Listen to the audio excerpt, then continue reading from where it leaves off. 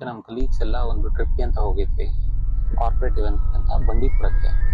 So ಅಲ್ಲಿ ಆಗಿದ್ದಂಥ ಒಂದು ಘಟನೆ ಇದು ನಾನು ಕೊನೆ ತನಕ ನನ್ನ ನೆನಪಲ್ಲೇ ಇರುತ್ತೆ. ಸೊ ಈ ಘಟನೆ ಬಗ್ಗೆ ಇವತ್ತು ನಿಮ್ಮ ಜೊತೆ ಶೇರ್ ಮಾಡ್ಕೊಳ್ತೀನಿ.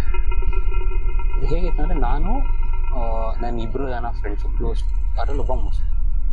ಅವನಿಗೆ ದೇವ್ರ ಭಕ್ತಿ ಜಾಸ್ತಿ ಇತ್ತು. ಅವತ್ತು ಏನಾಗಿತ್ತು, ಎಲ್ಲ ಈ ಚಿಕನ್ನು ಮತ್ತು ಮಟನ್ ಐಟಮ್ನ ಮ್ಯಾರಿನೇಟ್ ಮಾಡಿಬಿಟ್ಟು ಒಂದು ಬಾಕ್ಸಲ್ಲಿ ಇಟ್ಕೊಂಡು ಹೋಗಿದ್ವಿ.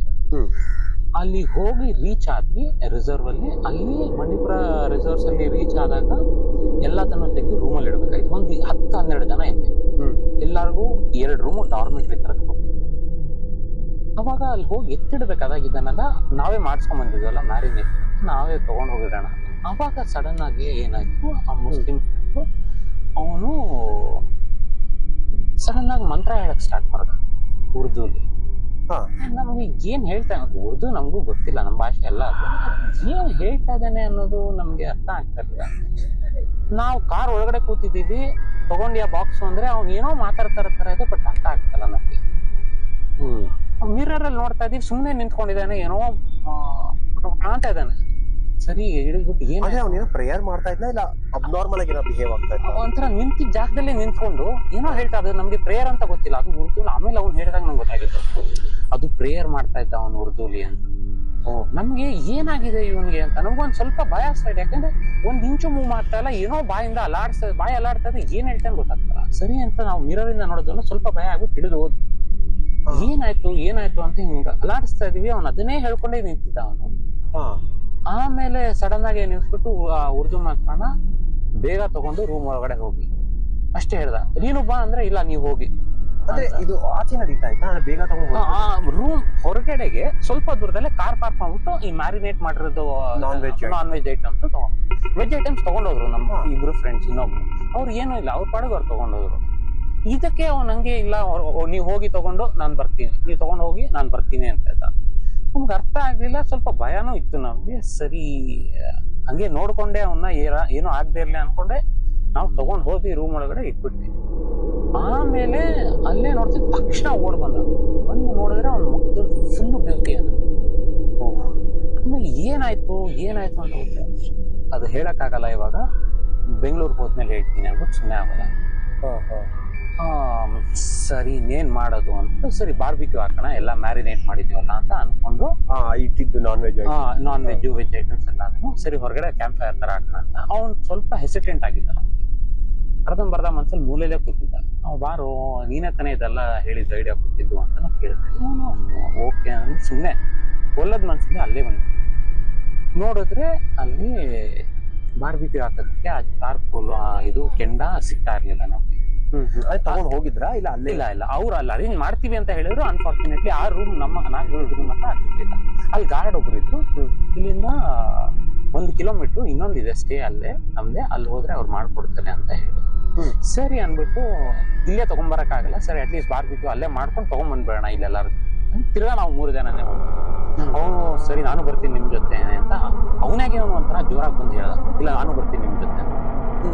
ಯಾಕೆ ಏನಾಯ್ತು, ಸರಿ ಬಾ ಅಂತ ಸೈಲೆಂಟ್ ಆಗಿ ಕೂತ್ಕೊಂಡು ಜಪ ಮಾಡ್ಕೊಂಡೇ ಬಂದ ಅವನು ಹುಡ್ತಿದ್ದೆ ತಿರ್ಗಾ ಕಾರಲ್ಲಿ. ನಾನು ಏನಾಗಿದೆ, ಇಲ್ಲ ನಾರ್ಮಲ್ ಆಗಿ ನಾನು ನೋಡಿದ್ದೀನಿ ಮುಸ್ಲಿಂ ಅವ್ರ ಬಸ್ಸಲ್ಲಿ ಕೂತಾಗ ಅವ್ರ ಮೊಬೈಲಲ್ಲಿ ಶ್ಲೋಕಗಳು ಹೇಳ್ಕೊಂಡೇ ಕೂತಿರ್ತಾರೆ. ಇವನು ಆ ಥರ ಇಲ್ಲ, ಸ್ವಲ್ಪ ಬ್ರಾಡ್ ಮೈಂಡೆಡ್ ಆಗಿಲ್ಲ. ಅದು ಯಾಕೆ ಸರಿ ಅಂತ ನಮ್ಗೆ ಯಾಕೆ ಅಂತ ಆಮೇಲೆ ಅಲ್ಲಿ ಹೋದ್ವಿ, ಗಾರ್ಡ್ಗೆ ಹೇಳಿದ್ವಿ ಇದನ್ನ ಮಾಡ್ಕೊಟ್ಟಿ ಅಂತ. ಆಮೇಲೆ ಸರಿ ಅಂತ ಗಾರ್ಡು ಎಲ್ಲ ಮಾಡ್ಕೊಟ್ಟು ಇನ್ನೊಂದು ಹೋಮ್ ಸ್ಟೇ ಅವ್ರದ್ದೇ, ಇನ್ನೊಂದು ರೂಮ್ ಆ ಕಡೆ ಕಾರಲ್ಲಿ ಸರಿ ಬೇಗ ಹೋದ್ವಿ ನಾವು. ಅಲ್ಲಿ ಹೋಗ್ಬಿಟ್ಟು, ಯಾಕಂದ್ರೆ ಇಲ್ಲಿ 20 ಜನ ಕಾಯ್ತಾ ಇದ್ರು ಹೋಗಿ ಅಲ್ಲಿ ಹೇಳಿದ್ವಿ, ಅಲ್ಲಿ ಇದ್ದಿದ್ದ ಗಾಡಿಗೆ ಈ ತರ ಕಳ್ಸಿಕೊಟ್ಟಿದ್ದಾರೆ. ಅಲ್ಲಿ ನಮ್ಗೆ ನೆಟ್ವರ್ಕ್ಗಳು ಇರಲಿಲ್ಲ. ಅವ್ರು ವಾಕಿ ಟಾಕಿಲಿ ಕಮ್ಯುನಿಕೇಟ್ ಮಾಡಿ ಹೇಳಿದ್ದು, ನಮ್ಗೆ ಮೊಬೈಲಲ್ಲಿ ನೆಟ್ವರ್ಕ್ ಇರಲ್ಲ, ಅಲ್ಲಿ ಫುಲ್ಲು ಸ್ಟಾಪ್ ಆಗಿರೋದು. ಸರಿ ಅಂತ ಅಲ್ಲಿ ಹೇಳಿದ್ರೆ ಈ ಥರ ನಿಮ್ಗೆ ಬಂದಿದ್ದೆ ಅಂತ ಮೆಸೇಜ್ ಸರಿ ಅವರು ಎಲ್ಲ ಮಾಡೋಕ್ಕೆ ಸ್ಟಾರ್ಟ್ ಮಾಡಿಬಿಟ್ಟು ಎಲ್ಲ ಸರಿ ಕೊಟ್ಟು ನಮಗೆ ಆ ಬಾಕ್ಸನ್ನು ನಾವು ಡಿಕ್ಕಿಲಿಡೋದು ಅಂತ ಹೋದ್ವಿ. ನಾನು ಮುಸ್ಲಿಂ ಫ್ರೆಂಡ್ ಅವ್ನು ನಿಂತ್ಬಿಟ್ಟು ಅವ್ನು ಬಂದು ಕೂತ್ಕೊಂಡ್ಬಿಟ್ಟ ಬೇಗ. ಅದು ಓಡೋಡ್ ಬಂದು ಕೂತ್ಕೊಂಡ. ನಾರ್ಮಲ್ ಆಗಿ ಹಿಂಗೆ ಬಾಗಿಲು ತೆಗೆದುಕೊಂಡು ಓಡೋದು ಏನಾಗಿದೆ ಅಂದ್ಬಿಟ್ಟು ನಾನು ಸರಿ ನಾನೇ ಓಡಿಸ್ತೀನಿ ಅಂತ ನಾನು ಆ ಕಡೆ ಹೋಗಿ ಕೂತ್ಕೊಂಡೆ. ಇವಾಗ ನೋಡಿದ್ರೆ ಇನ್ನೊಬ್ಬ ಫ್ರೆಂಡ್ ಅಲ್ಲೇ ನಿಂತಿದ್ದಾನೆ.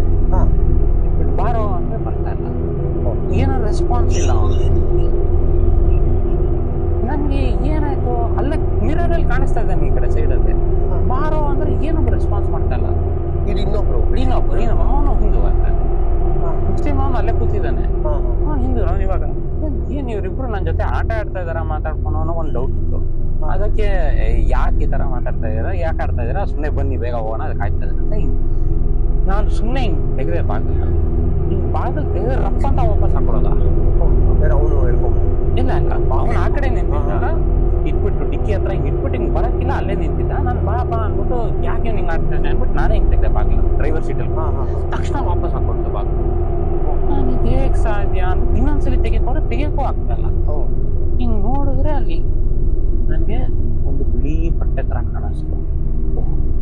ನನಗೆ ಏನಿದು, ಅವಾಗ ನಾನು ಮಾತಾಡ್ತಾ ಇದ್ನಲ್ಲ, ಅವ್ನ ಅಷ್ಟೊತ್ತು ಕರೀತಾ ಇದ್ದಲ್ಲ, ಸೈಲೆಂಟ್ ಆಗ್ಬಿಟ್ಟೆ ನಾನು ಇದನ್ನ ನೋಡ್ಬಿಟ್ಟು. ಅವಾಗ ಅವ್ನ ವಾಯ್ಸ್ ಗೊತ್ತಾಗ್ತದೆ, ನಿಂಗೂ ಕಾಣಿಸ್ತಾ ಇದೆಯಾ ನಾನು ನೋಡ್ತಾ ಇರೋದು. ನನಗೆ ಒಂಥರ ಇದಕ್ಕೆ ಅವಾಗ ಅವನು ಇದು ಮಾಡ್ತಾ ಇದ್ದಿದ್ದು ಅಂತ ಆಗ್ತದೆ. ಬೇಗ ಬಾ, ಅಲ್ಲೇ ನಿಂತಿರೋ ತರ ಇದೆ ನನಗೆ ಇಲ್ಲಿ ಕಾಣಿಸ್ತಾ ಇರೋ ಪ್ರಕಾರ, ಬೇಗ ಹೊಟ್ಟೋಗೋಣ.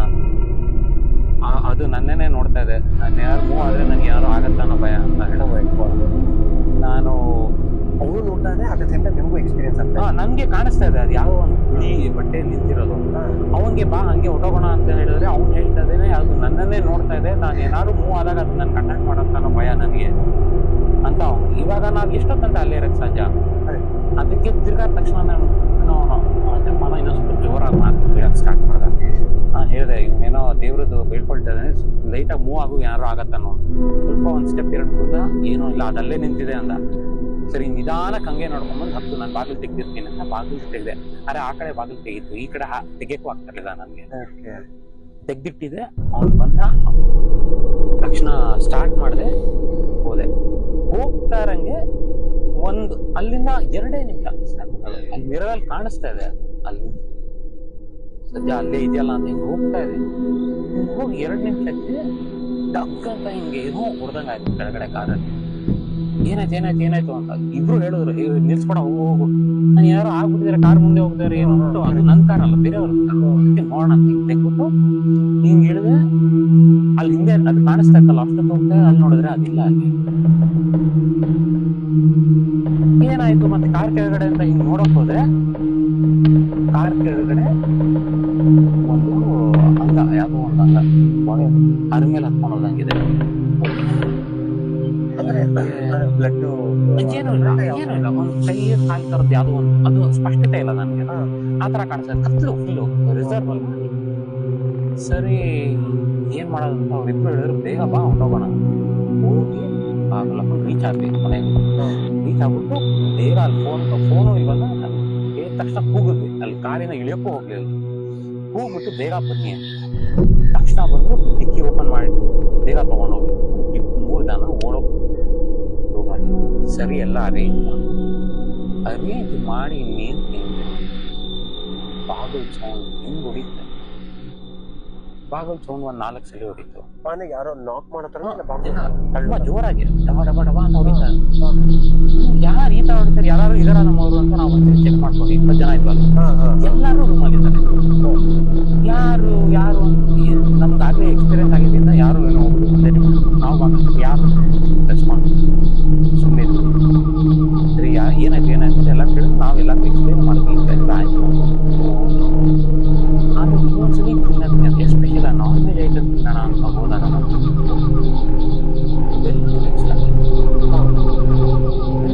ಅವಾಗ ಬಾಗಿಲು ಆ ಕಡೆ ಕಿಟಕಿಯಿಂದ ನೋಡೋಕೆ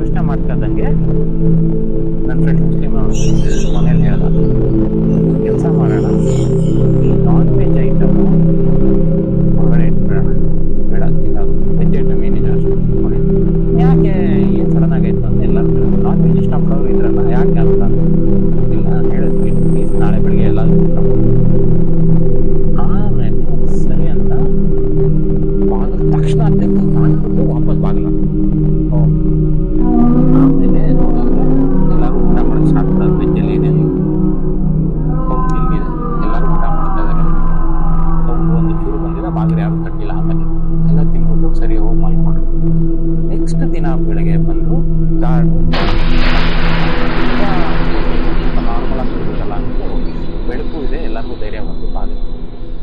ಅವರು ಇದ್ಯಾಕಿದು ಡಬ್ಬನ ಇಲ್ಲಿ ಬಿಸಾಕಿದೀರಾ ತಿಂದ್ಬಿಟ್ಟು, ಇಲ್ಲದ್ರೆಲ್ಲ ರಿಸರ್ವ್ ಅಲ್ಲಿ ಇರಬಾರ್ದಲ್ಲ ಅಂತ ಹೇಳಿದ್ರು. ಅದೇ ಡಬ್ಬ ನಾನ್ ವೆಜ್ ನೀವು ಇದ್ ಮಾಡ್ಕೊಂಡ್ ಬಂದಿದ್ರಲ್ಲ, ಅದನ್ನ ನಾವು ಹೊರಗಡೆ ಇಟ್ಟಿದ್ವಿ. ಅದೇ ಒಬ್ರು ತಿಂದೆ ಹಂಗೆ ಫುಲ್ ಇಟ್ಟಿದ್ವಿ. ಅಲ್ಲಿ ಗಾರ್ಡ್ ಬಾಗಿಲು ತೆಗೆದಾಗ ಇದ್ಯಾಕಿದೆ ಎಲ್ಲ ತಿಂದು ಹಿಂಗ್ ಬಿಸಾಕಿದೀರಾ ನೀವು ಹೊರಗಡೆ ಅಂತ ಪ್ರಶ್ನೆ ಮಾಡೋದು. ನಾವು ನಮ್ಗೆಲ್ಲರಿಗೂ ಒಂದ್ಸತಿ ಶಾಕ್ ಆಯ್ತು. ಇಲ್ಲ ನಮ್ಗೆ ಈ ತರ ನಾವೇನು ಇಲ್ಲ ಸ್ವಲ್ಪ ಹೇಳೋದಿ, ನಾವು ಅಷ್ಟು ಹೇಳಕ್ ಹೋಗ್ಲಿ, ಯಾಕಂದ್ರೆ ಅವ್ರು ನಮ್ ಬಿಡ್ತಾರೆ ಯಾರು. ಆಮೇಲೆ ನಮ್ಗೆ ರಾತ್ರಿ ಕಾಲಿಂಗ್ ಬೆಲ್ ಹಿಡಿಯೋ ಸೌಂಡ್, ಇಲ್ಲಿ ಕಾಲಿಂಗ್ ಬೆಲ್ಲ ಇಲ್ವಲ್ಲ ಇದ್ರಲ್ಲಿ ಅಂತ ಅವರು ಹೇಳೋದು. ಆಮೇಲೆ ಕೊನೆಗೆ ಇನ್ನೇನ್ ಮಾಡೋದು, ತಕ್ಷಣ ಹೊರಟು ಬೆಳಗ್ಗೆ ಎಷ್ಟು ಚೆಕ್ಔಟು ಇತ್ತು ಸರಿ ಅಂತ ಫ್ರೆಂಡ್ನ ಕೇಳಿದೆ, ಮುಸ್ಲಿಂ ಏನಾಯ್ತು ಅವಾಗ ಹೇಳ್ದ, ಈ ತರದೇ ಒಂದ್ ಕಡೆ ಆಗಿತ್ತು, ನಾರ್ಮಲ್ ಆಗಿ ನಾವು ಹೊರಗಡೆ